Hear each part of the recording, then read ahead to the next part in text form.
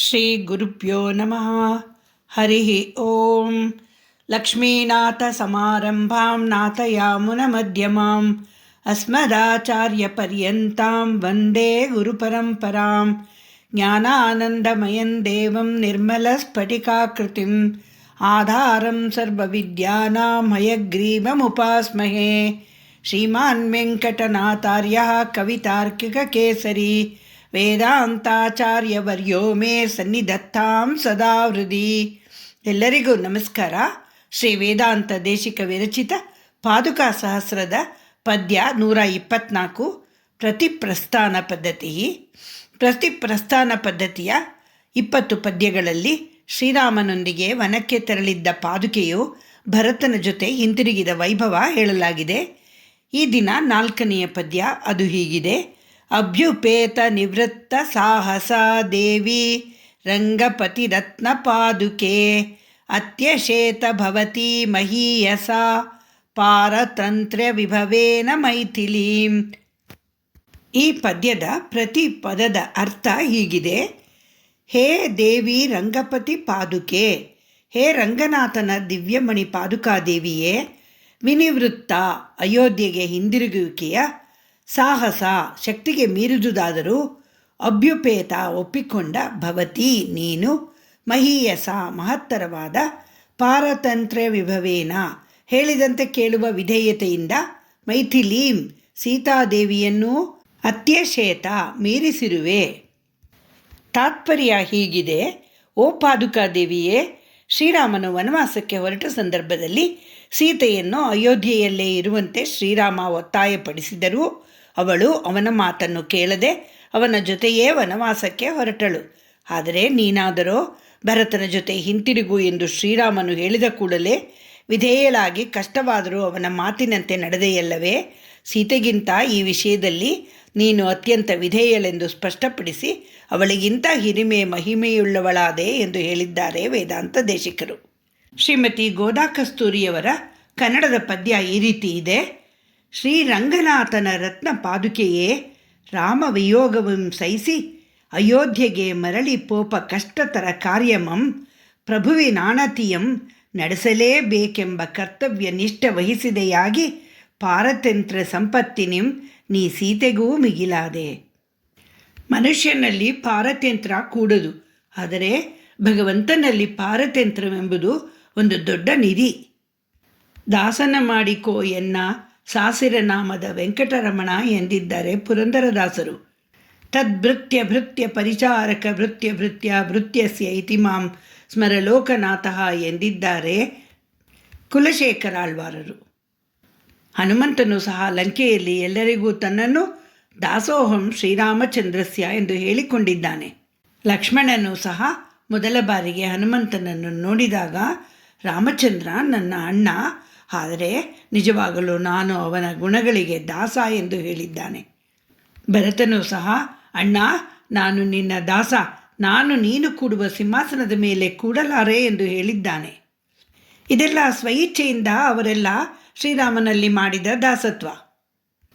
ಪಾದುಕಾದೇವಿಯು ಹಾಗೆ ಸದಾ ಭಗವಂತನ ಚರಣ ಕಮಲಗಳನ್ನು ಅಪ್ಪಿ ಹಿಡಿಯುವ ಅದೃಷ್ಟ ಅವಳದಾಗಿದ್ದರೂ ಅವನಲ್ಲಿ ಪಾರತಂತ್ರ್ಯವೇ ಅವಳಿಗೆ ಸುಖ. ನಮ್ಮ ಹಿಂದೂ ಸಂಸ್ಕೃತಿಯಲ್ಲಿ ಹೆಂಡತಿಯು ಗಂಡನಿಗೆ ದಾಸಿ ಎಂದು ಭಾವಿಸುತ್ತಾರೆ ಎಂಬ ದೂರಿದೆ. ಆದರೆ ಅದು ಸರಿಯಲ್ಲ. ಮದುವೆಯಾಗಿ ಗಂಡ ಹೆಂಡತಿ ಸಪ್ತಪದಿಗಳನ್ನು ಜೊತೆಯಲ್ಲಿ ಇಡುವಾಗ ಗಂಡ ಹೆಂಡತಿಗೆ ಹೇಳುತ್ತಾನೆ, ನೀನು ನನ್ನ ಪ್ರಾಣ ಸಖಿ, ನಾವು ಧರ್ಮ ಅರ್ಥ ಕಾಮ ಎಲ್ಲದರಲ್ಲೂ ಜೊತೆಯಾಗಿರೋಣ ಎಂದು ಹೇಳುತ್ತಾನೆ. ಸೀತೆಗೆ ಮದುವೆಯಾದಾಗ ಕೇವಲ 6 ವರ್ಷ. ಆಗ ಜನಕ ಮಹಾರಾಜನು ಅವಳನ್ನು ರಾಮನಿಗೆ ಪಾಣಿಗ್ರಹಣ ಮಾಡಿಕೊಡುವಾಗ ಹೀಗೆ ಹೇಳ್ತಾನೆ, ಇಯಂ ಸೀತಾ ಮಮ ಸುತ ಸಹಧರ್ಮಚರೀತವ ಪ್ರತೀಚ್ಛ ಚೈನಾಂ ಭದ್ರಂತೆ ಪಾಣಿಂ ಕೃಷ್ಣಿಶ್ವ ಪಾಣಿನ. ನನ್ನ ಮಗಳಾದ ಈ ಸೀತೆಯು ನಿನಗೆ ಸಹಧರ್ಮಚಾರಿಣಿಯಾಗಿರುತ್ತಾಳೆ, ಇವಳನ್ನು ಸ್ವೀಕರಿಸು, ನಿನಗೆ ಮಂಗಳವಾಗಲಿ, ಇವಳ ಪಾಣಿಯನ್ನು ಗ್ರಹಣ ಮಾಡು ಎನ್ನುತ್ತಾನೆ. ಸೀತೆಯ ಪರವಾಗಿ ಜನಕನು ಹೇಳಿದ ಮುಂದಿನ ಶ್ಲೋಕ ಪತಿವ್ರತ ಮಹಾಭಾಗ ಛಾಯೇವಾನುಗತಾ ಸದಾ ಇತ್ಯುಕ್ತ್ವಾ ಪ್ರಾಕ್ಷಿಪದ್ರಾಜ ಮಂತ್ರಪೂದಂ ಜಲಂ ತದಾ. ನನ್ನ ಮಗಳಾದ ಸೀತೆಯು ಪತಿವ್ರತೆಯೂ ಭಾಗ್ಯಶಾಲಿನಿಯೂ ಆಗಿ ನೆರಳಿನಂತೆ ಸದಾ ನಿನ್ನನ್ನು ಅನುಸರಿಸಿಕೊಂಡಿರುತ್ತಾಳೆ ಎಂದರ್ಥ. ಜನಕ ಹೇಳಿದ್ದು ತನ್ನ ಮಗಳು ನೆರಳಿನ ಹಾಗೆ ನಿನ್ನ ಜೊತೆ ಬದುಕುತ್ತಾಳೆ ಎಂದು. ಸೂರ್ಯನಿಗೆ ಅಭಿಮುಖವಾಗಿ ಹೋಗುತ್ತಿರುವಾಗ ಛಾಯೆ ಹಿಂದೆ ಹಿಂದೆ ಇರುತ್ತದೆ. ಸೂರ್ಯ ನಡುನೆತ್ತಿಯ ಮೇಲೆ ಬಂದಾಗ ಪಾದಗಳನ್ನು ಗಟ್ಟಿಯಾಗಿ ಹಿಡಿದಿರುತ್ತದೆ. ನೆರಳು ಪಾದವನ್ನು ಬಿಡುವುದಿಲ್ಲ. ಇನ್ನು ಸೂರ್ಯ ಹಿಂದೆ ಇದ್ದಾಗ ಅಂದಾಗ ಕಷ್ಟದ ಸಮಯದಲ್ಲಿ, ಬದುಕಿನಲ್ಲಿ ಕಾರ್ಗತ್ತಲೆ ಕವಿಯುವ ಸಮಯದಲ್ಲಿ ನೆರಳು ಮುಂದೆ ಇರುತ್ತದೆ. ತಂದೆಯ ಮಾತನ್ನು ಅಕ್ಷರಶಃ ಪಾಲಿಸಿದ್ದಳು ಸೀತೆ. ವನವಾಸ ನನಗೆ ಮಾತ್ರ, ನಿನಗಲ್ಲ. ನೀನು ಸುಖವಾಗಿ ಅಯೋಧ್ಯೆಯಲ್ಲಿಯೇ ಇರು. ನಾನು 14 ವರ್ಷ ಕಾಡಿಗೆ ಹೋಗಿ ಬರುತ್ತೇನೆ ಎಂದು ರಾಮ ನುಡಿದಾಗ ಸೀತೆ ಒಪ್ಪಲಿಲ್ಲ. ನೆರಳಾಗಿ ನಾನು ನಿನ್ನ ಹಿಂದೆ ಬರುತ್ತೇನೆ ಎಂದಳು. ವನವಾಸ ನಿನಗೊಬ್ಬನಿಗೆ ವಿಧಿಸಿದ್ದರೂ ನಾನು ನಿನ್ನ ಜೊತೆ ಎಂದು ಹಠ ಮಾಡಿ ಹೊರಟೇ ಬಿಟ್ಟಳು. ಕಾಡಿನ ಹಾದಿ ಬಲು ಕಷ್ಟ ಎಂದು ರಾಮ ನುಡಿದಾಗ ನಾನು ನಿನಗಿಂತ ಮುಂದೆ ಹೋಗಿ ಕಲ್ಲು ಮುಳ್ಳುಗಳನ್ನು ಸರಿಸಿ ನಿನ್ನ ಹಾದಿಯನ್ನು ಸುಗಮ ಮಾಡಿಕೊಡುತ್ತೇನೆ ಎಂದವಳು ಸೀತೆ. ಸೀತೆ ಗುಣವಂತೆ, ಧೈರ್ಯಶಾಲಿ.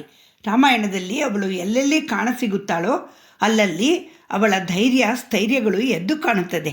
ಶ್ರೀರಾಮ ಕಾಡಿಗೆ ಹೊರಟಾಗ ವನವಾಸ ಅವನೊಬ್ಬನಿಗೆ ವಿಧಿಸಿದ್ದರೂ ನಾನು ನಿನ್ನ ಜೊತೆ ಬರುತ್ತೇನೆ ಎಂದು ಹಠ ಮಾಡಿ ಹೊರಟೇ ಬಿಟ್ಟಳು. 25 ವರ್ಷ ನೆಲದ ಮೇಲೆ ಕಾಲಿಟ್ಟೆ ತಿಳಿಯದ ಸೀತೆ ದಟ್ಟ ಕಾಡಿನ ಕಲ್ಲು ಮುಳ್ಳುಗಳ ಏರು ತಗ್ಗುಗಳ ಹಾದಿಯಲ್ಲಿ 13 ವರ್ಷ ಗೊಣಗದೆ ಬೇಸರಿಸದೆ ರಾಮನ ಜೊತೆ ನಡೆದಾಡಿದಳು.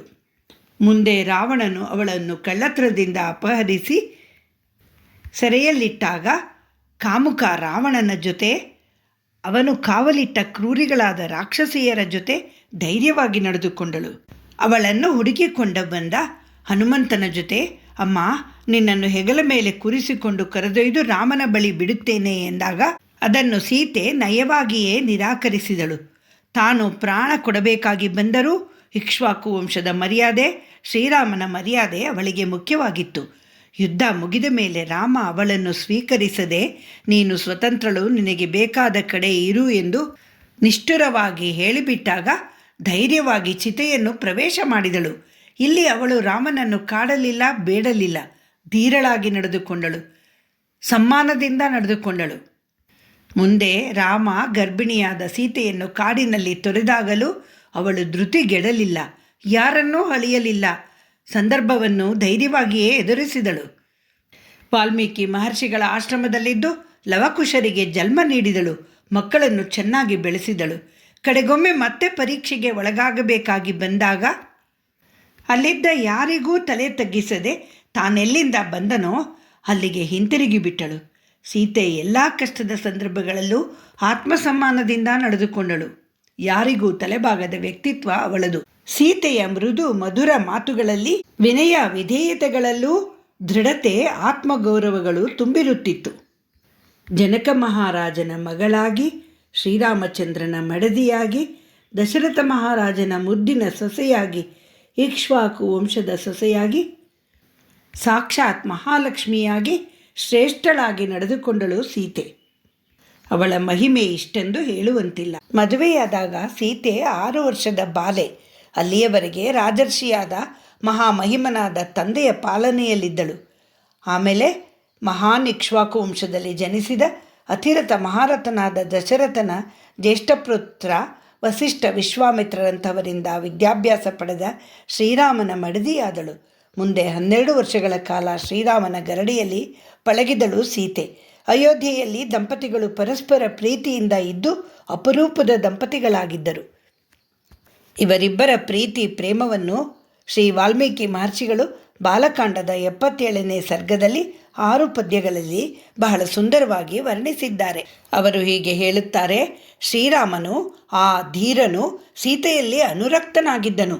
ಸೀತೆಯ ಹೃದಯದಲ್ಲಿ ಯಾವಾಗಲೂ ರಾಮನೇ ಇರುತ್ತಿದ್ದನು. ಈ ಪ್ರೀತಿಯು ಸೀತೆಯ ರೂಪ ಲಾವಣ್ಯಗಳಿಂದಲೂ ಸದ್ಗುಣ ನಡತೆಗಳಿಂದಲೂ ಅಧಿಕವಾಗುತ್ತಲೇ ಹೋಯಿತು. ಸೀತೆಗೆ ಗಂಡನ ಮೇಲಿನ ಪ್ರೇಮವು ದ್ವಿಗುಣವಾಗುತ್ತಲೇ ಹೋಯಿತು. ಜನಕನ ಮಗಳಾದ ಆ ಮೈಥಿಲಿಯು ತನ್ನ ಮನಸ್ಸಿನಲ್ಲಿರುವ ವಿಷಯವನ್ನೆಲ್ಲ ರಾಮನೊಡನೆ ಹೇಳಿಕೊಳ್ಳುತ್ತಿದ್ದಳು.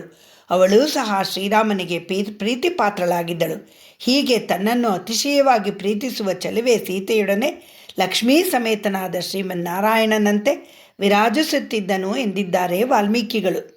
ಬಾಲಕಾಂಡದ ಕಡೆಯ ಶ್ಲೋಕದಲ್ಲಿ ಸೀತಾರಾಮರು ಹೇಗಿದ್ದರು ಎಂದರೆ ಲಕ್ಷ್ಮೀನಾರಾಯಣರ ಹಾಗಿದ್ದರು ಎಂದು ಹೇಳುತ್ತದೆ. ಅತೀವ ರಾಮ ಶುಶುಭೆ ಅತಿ ಕಾಮಯ ವಿಭು ಶ್ರಿಯ ವಿಷ್ಣುರಿವ ಮರೇಶ್ವರ. ರಾಮನನ್ನು ಅಗಲಿರುವುದು ಸೀತೆಗೆ ಅಸಾಧ್ಯವಾಗಿತ್ತು. ಆದರೆ ಪಾದುಕಾದೇವಿಯು ಇದೊಂದು ವಿಷಯದಲ್ಲಿ ಸೀತೆಯನ್ನು ಹಿಂದೆ ಹಾಕಿ ಅವಳಿಗಿಂತ ಮಹಿಮೆಯುಳ್ಳವಳಾಗಿ ಆಗಿರುವೆ ಎಂದು ಹೇಳಿದ್ದಾರೆ ವೇದಾಂತ ದೇಶಿಕರು. ಭರತನ ಜೊತೆ ಹಿಂತಿರುಗುವಂತೆ ಶ್ರೀರಾಮನು ಪಾದುಕಾದೇವಿಗೆ ಆಜ್ಞಾಪಿಸಿದಾಗ ಅವಳು ರಾಮನ ಇಚ್ಛೆಯಂತೆ ಮರುಮಾತನಾಡದೆ ಭರತನ ಜೊತೆ ಹೊರಟಳಲ್ಲ ಎಂದು ಉದ್ಗರಿಸಿದ್ದಾರೆ ವೇದಾಂತ ದೇಶಿಕರು. ನೀನೆಷ್ಟು ಮಹಿಮೆಯುಳ್ಳವಳು ಎಂದಿದ್ದಾರೆ. ಅಬ್ಬಾ, ಸೀತಾ ಮಾತೆಗಿಂತ ಹೆಚ್ಚು ಮಹಿಮೆಯುಳ್ಳವಳಾಗಿ ಬಿಟ್ಟೆಯಲ್ಲ ಎಂದು ಹೇಳಿದ್ದಾರೆ ಶ್ರೀ ವೇದಾಂತ ದೇಶಿಕರು. ಮಹಾಲಕ್ಷ್ಮಿಯಾದ ಸೀತೆಯ ಧೈರ್ಯ, ಸ್ಥೈರ್ಯ, ಆತ್ಮಸಮ್ಮಾನ ನಮ್ಮಲ್ಲೂ ಇರಲಿ, ಅವಳ ಅನುಗ್ರಹ ನಮ್ಮ ಮೇಲಿರಲಿ ಎಂದು ಕೇಳಿಕೊಳ್ಳೋಣ. ಶ್ರೀ ನಿಗಮಾಂತ ಮಹಾದೇಶಿಕಾಯ ನಮಃ. ಶ್ರೀ ರಂಗನಾಥ ದಿವ್ಯಮಣಿ ಪಾದುಕಾಭ್ಯಾಂ ನಮಃ.